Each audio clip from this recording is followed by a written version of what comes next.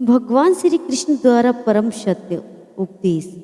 श्री कृष्ण के शुभ विचार। जीवन, कर्म, सकारात्मक सोच, शांति और सत्य असफलता पर छवियों के साथ सर्वश्रेष्ठ भगवद गीता संदेश, उद्धकरण स्थिति और विचार।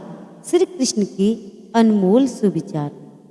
भगवान कृष्ण को भगवान विष्णु के 8वें अवतार के रूप में और अपने आप में सर्वोच्च भगवान के रूप में पूजा जाता है। वह कल्याण, कोमलता, प्रेम के देवता हैं और भारतीय देवताओं में सबसे लोकप्रिय और व्यापक रूप से पूजनीय हैं। उन्होंने हमें जीवन, प्रेम, खुशी, धर्म, मोक्ष, भक्ति, योग, ध्यान, धर्म, सत्य के बारे में सब कुछ सिखाया है। आइए जानते हैं श्री कृष्ण के मुख से निकले हुई कुछ अनमोल वचनों के बारे में। बंधु, तो स्वागत है आपका हमारे चैनल में। हम आपके लिए बहुत ही अच्छे श्री कृष्ण के मुख से निकले हुई शुभ विचार, सर्वश्रेष्ठ विचार लेकर आए हैं। इनको आप ध्यान से सुनना। मैं आपको विश्वास दिलाती हूँ कि आपके जीवन के जीने का तरीका ही बदल देंगे। आपके जीवन से समस्याओं को खत्म कर देंगे। वह सब कुछ करो जो तुम्हें करना है, लेकिन लालच से नहीं, अहंकार से नहीं, वासना से नहीं, ईर्ष्या से नहीं, बल्कि प्रेम, करुणा, नम्रता और भक्ति के साथ। भगवान श्री कृष्ण इस अनमोल वचन के माध्यम से कार्य करने के लिए नियत का उल्लेख करते हैं। जब किसी भी कार्य करने में अगर लालच होगा, बेईमानी होगी, जलन होगी, तो वो काम न तो सही होगा, ना ही उसके परिणाम फलदायी होंगे। इसके विपरीत, इसके अतिरिक्त जिस कार्य को हम पूरे मन से प्रेम पूर्वक करेंगे, तो वो न सिर्फ हमारे लिए बल्कि समाज के लिए भी हितप्रद होगा। नरक के 3 द्वार हैं: काम, क्रोध और लोभ। जो व्यक्ति कामी प्रवृत्ति का होता है, जिसके मन में लोभ होता है और जो अत्यधिक क्रोधी स्वभाव का होता है, उसके लिए नरक के द्वार सदैव खुले रहते हैं। अर्थात ऐसे व्यक्ति को तो सिर्फ नरक में ही जगह मिलती है।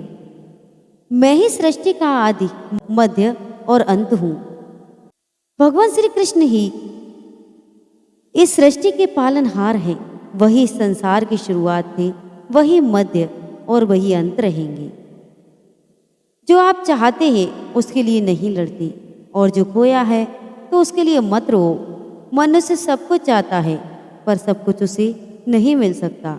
आपको जो नहीं मिला उसके लिए पश्चाताप मत करो, और जो आपसे खो गया है, जो आपसे अलग हो गया है, उसके लिए निराश मत हो।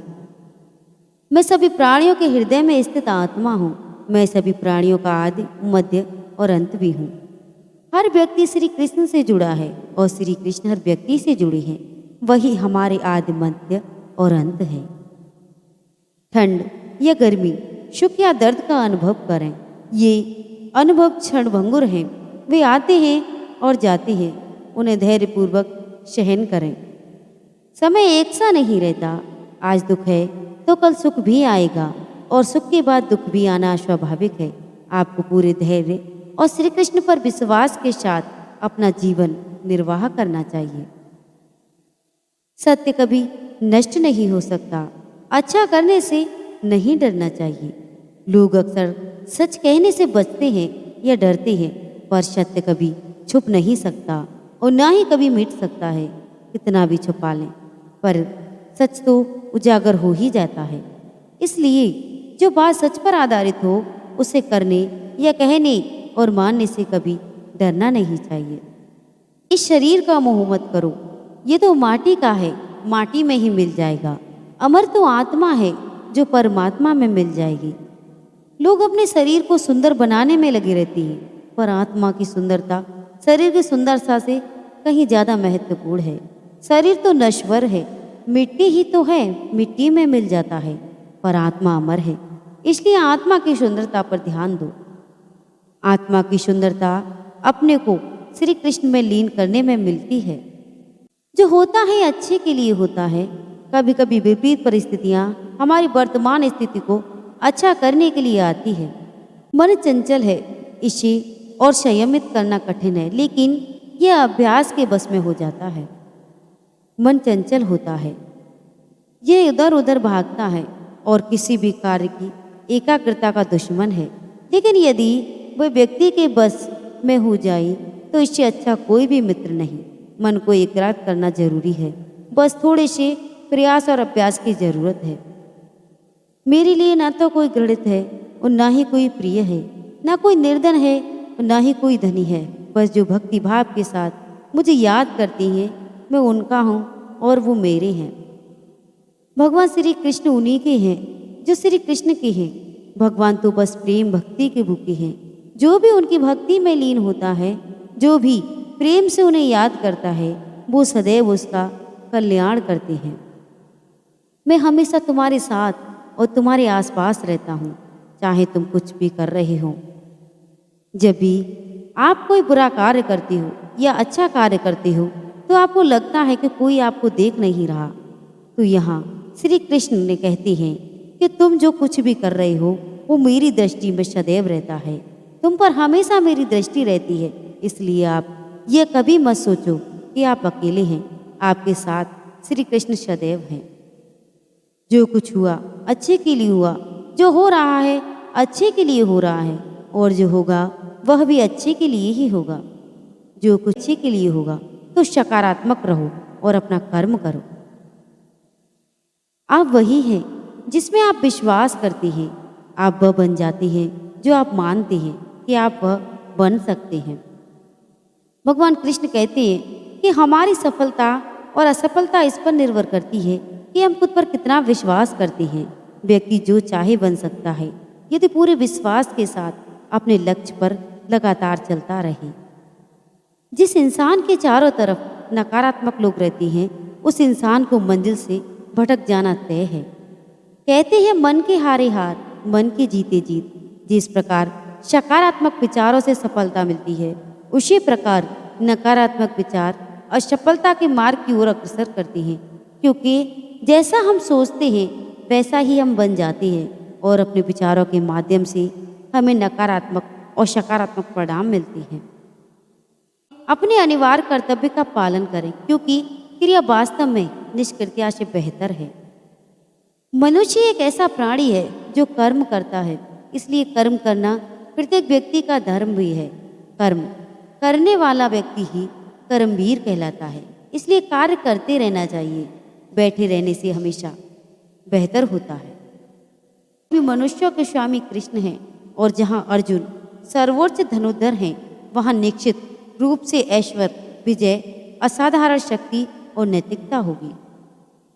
श्री कृष्ण विष्णु जी के 8वें अवतार, जगत के पालनहार और धनुधरों के श्रेष्ठ अर्जुन जहाँ होते हैं वहाँ निश्चित ही विजय, असाधारण शक्ति और नैतिकता होती है। समय हमेशा चलता रहता है, कभी नहीं रुकता। यदि आज बुरा समय है तो कल अच्छा होगा, इसलिए आप बिना किसी स्वार्थ के सिर्फ कर्म कीजिए, फल समय खुद देगा। भगवान कृष्ण कहते हैं कि ना तो समय रुकता है ना ही एक सा रहता है। बुरा समय हो या अच्छा, समय बदलता जरूर है। आज बुरा है तो कल अच्छा आएगा, कल अच्छा है तो फिर बुरा भी आएगा। ये आपके जीवन में आना जाना तय है।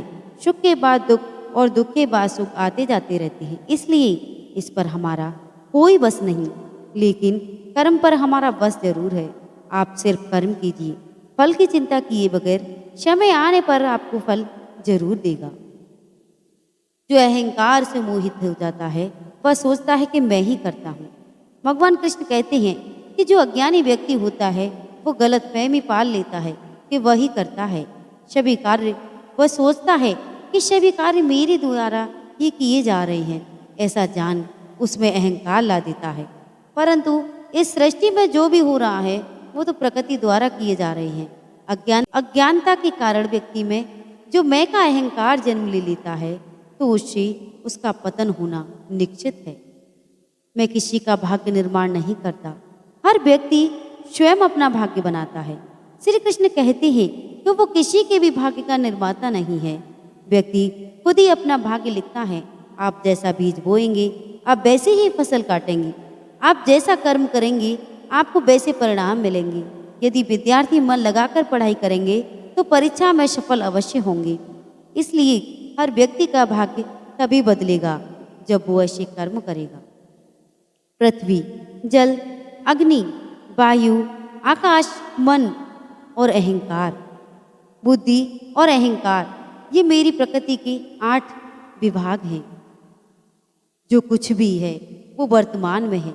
जो बीत गया वो नहीं आएगा और जो आने वाला है उसकी चिंता नहीं, बल्कि खुले हाथों से उसका स्वागत करें।